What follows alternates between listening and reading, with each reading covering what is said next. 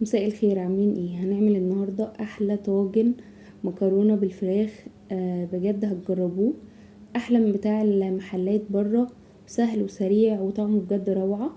مكرونه بالبشاميل والفراخ والجبن، لذيذه قوي قوي وسهله، اي حد يقدر يعملها. وكمان عشاء حلو قوي قوي قوي كده، ممكن ناكلها مع اي حاجه خفيفه جنبها، سلطه، بطاطس. بجد هتبقى روعه. شايفين شكلها عامل ازاي؟ جوسي وسايحة، زي ما كلنا بنحبها. تابعوا معايا الفيديو بقى عشان تشوفوا هنعمل ايه، وما تنسوش الاشتراك واللايك وتفعيل الجرس. معايا طاسة على النار، هنزل فيها كده بمعلقة كبيرة من الزبدة. اول ما تسيح هنزل بربع كيلو من صدور الدجاج، متقطعة تقطيعة رفيعة خالص زي الشاورما، بس مش رفيعة بالطول، لا رفيعة كده بس بالعرض. هبتدي احمر فيها كده على نار عالية لحد ما لونها يتغير معايا بنفس الشكل ده كده اهو.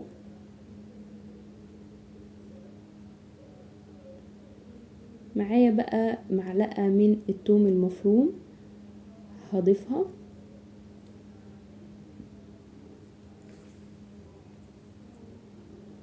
وهقلب شوية لحد ما اشم ريحة الثوم. بعد كده معايا فلفل رومي وفلفل احمر حامي، ممكن نضيف فلفل الوان، ممكن نضيف مشروم، ممكن نضيف اي حاجة احنا بنفضلها، ممكن كمان بسلة، ممكن جزر مبشور. بس انا حبيت اعملها بسيطة وسهلة وبمكونات متوفرة في البيت اهو. شايفين بالشكل ده كده؟ كل ده على نار عالية. هنزل بقى بالتوابل، بهارات فراخ وبابريكا وبصل بودر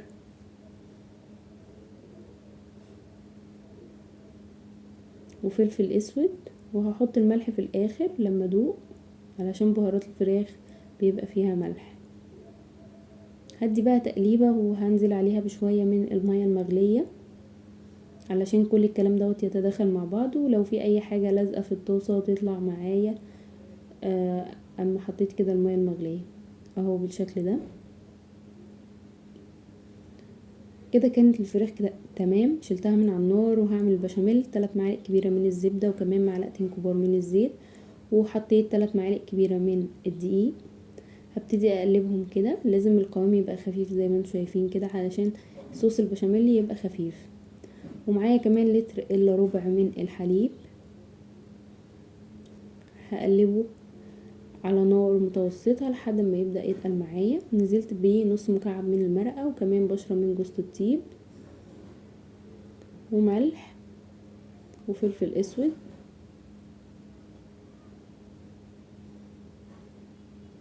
وهقلب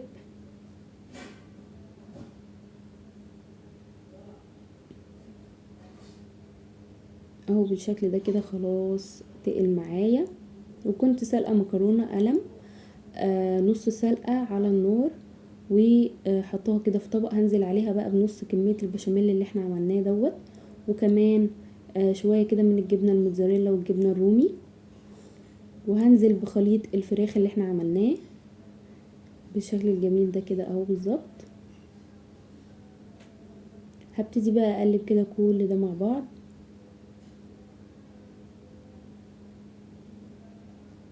هي ممكن اصلا تتاكل في الوقت ده عادي جدا يعني. معايا بقى هنا البايركس، هضيف برضو شوية حلوين كده في القعر من البشاميل. شايفين القوام بتاع البشاميل كريمي وخفيف مش تقيل. هنزل بقى بالمكرونة اللي عندي كده كلها، وهضيف كمان عليها بقية كمية البشاميل على الوش. شايفين السهولة يا جماعة؟ مفيش اسهل من كده بجد. هسويه بقى، ولو عندي اي شوية جبن كده في التلاجة هنضيفهم، رومي، موتزاريلا، شيدر، ميكس اللي تحبوه.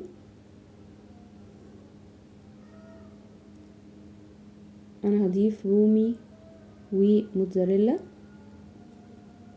اهو بنفس الشكل كده بالظبط. بجد حلوة جدا جدا، وطعمها بجد هيعجبكم، وسهلة قوي قوي قوي. تقدروا تعملوها لو انتم مستعجلين في اي وقت، مش بتاخد وقت كتير خالص.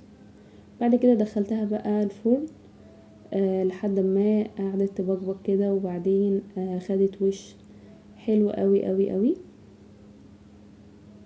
واديتها كمان رشة من الزعتر على الوش. شايفين بقى شكلها بقى قمر ازاي. ان شاء الله تجربوها وتعجبكم، احلى من بره بكتير، مش عايزين نشتري اي حاجة من بره تاني.